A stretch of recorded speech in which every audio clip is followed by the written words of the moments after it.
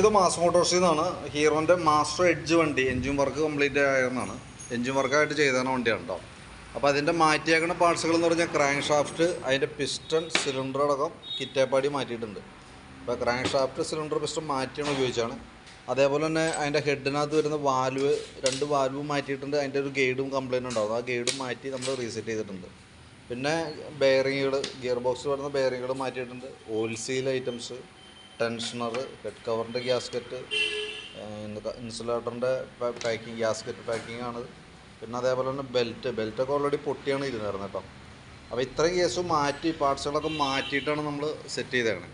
അപ്പോൾ ഇത് നമ്മൾ ശ്രദ്ധിക്കേണ്ട കേസ് എന്ന് വെച്ചാൽ നമുക്കൊരു 1 ഇയർ വാറണ്ടി നമ്മൾ പ്രൊവൈഡ് ചെയ്യുന്നുണ്ട്. അത് കൃത്യമായിട്ട് ആഫ്റ്റർ സർവീസ് കറക്റ്റായിട്ട് ചെയ്യുകയാണെങ്കിൽ മാത്രമേ നമുക്കത് കിട്ടുള്ളൂ കേട്ടോ.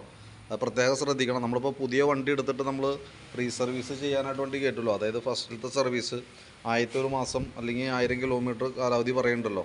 അതുപോലെ നമ്മൾ ആദ്യത്തെ 1 മാസം അല്ലെങ്കിൽ 1000 കിലോമീറ്ററിനുള്ളിൽ തന്നെ കയറ്റിയിട്ട് ഓയിൽ കാര്യങ്ങൾ മാറ്റണം. അത് നിർബന്ധമായിട്ടും ചെയ്യേണ്ട വർക്കാണ്.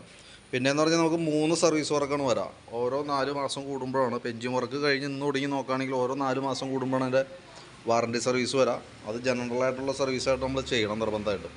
അത് ഓരോ 4 മാസം കൂടുമ്പോഴാണ് ചെയ്യേണ്ടത്. അതൊരു കാരണവശാലും മിസ്സാവരുത്. തന്നെയല്ല പിന്നെ ഓരോ 3000 കിലോമീറ്റർ കൂടുമ്പോഴാണ് ഓയിൽ ചേഞ്ച് വരാം.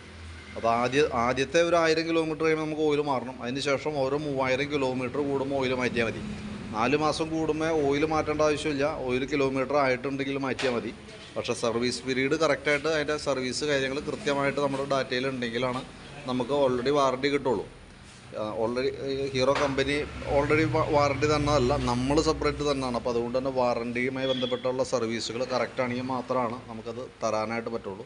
അത് നമ്മളുടെ ഒരു ഇതിനകത്തുള്ളത് കൊണ്ട് തന്നെ ക്ലിയറായിട്ട് ചെയ്താൽ മാത്രമേ നമുക്ക് തരാൻ പറ്റുള്ളൂ. അത് പ്രത്യേകം ശ്രദ്ധിച്ചോണം കേട്ടോ. കാരണം നമുക്ക് സർവീസ് കറക്റ്റല്ല, എന്തെങ്കിലും ഒരു പാർട്സിന് ഡാമേജ് വന്നു കഴിഞ്ഞാൽ ഓൾറെഡി വാറണ്ടിയുമായി ബന്ധപ്പെട്ട് വന്ന് ചെയ്താണ് വർക്കിൻ്റെ കേസ് പറഞ്ഞാൽ ഒരു കാരണവശാലും നടപടിയുള്ള കേസല്ല. കറക്റ്റായിട്ട് നമുക്ക് സർവീസ് കൃത്യമാണെങ്കിൽ ഓൾറെഡി നമ്മൾ വാറണ്ടി തരും. പിന്നെ നമ്മൾ ആ ബില്ല് കൃത്യമായിട്ട് നമ്മൾ വർക്ക് ചെയ്ത് നമ്മൾ ഇറങ്ങിപ്പോകണ ബില്ല് കൃത്യമായിട്ട് സൂക്ഷിക്കുക.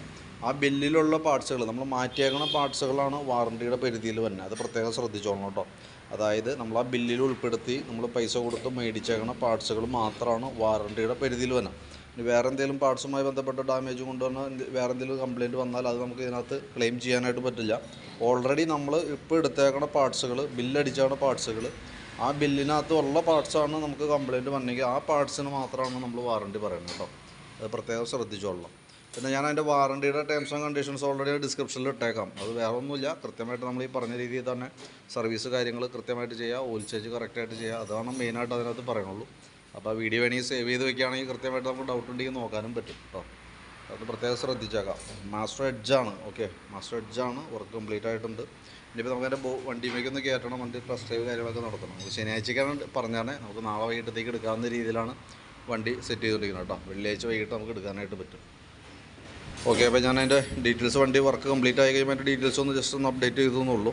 ബില്ലായി കഴിയുമ്പോൾ കോൺടാക്ട് ചെയ്തോളാം. ഓക്കെ.